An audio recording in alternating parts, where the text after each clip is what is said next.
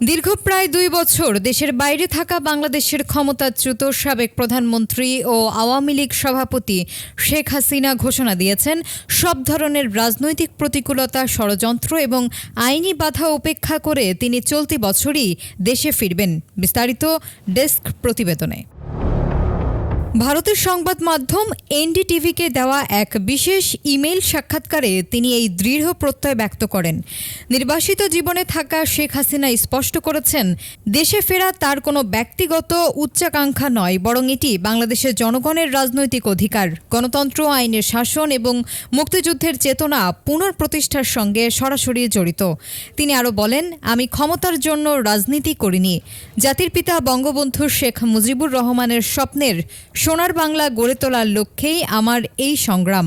তিনি মৃত্যুকে ভয় পান না জানিয়ে বলেন, ১৯৭৫ সালের ট্র্যাজেডি এবং ২১ আগস্ট গ্রেনেড হামলার মতো কঠিন সময় পার করেছেন। দলটির উপর নিষেধাজ্ঞা এবং বর্তমান রাজনৈতিক পরিস্থিতি নিয়ে শেখ হাসিনা বলেন, আওয়ামী লীগ কোনো কাগুজে সংগঠন নয়, এটি বাংলার মাটি এবং মানুষের ইতিহাস ও জাতীয় পরিচয়ের সঙ্গে গভীরভাবে মিশে আছে। ৭৭ বছরের ইতিহাসে দলটি বারবার কঠিন সময়ের মুখোমুখি হয়েছে, কিন্তু প্রতিবারই জনগণের শক্তিতে ঘুরে দাঁড়িয়েছে।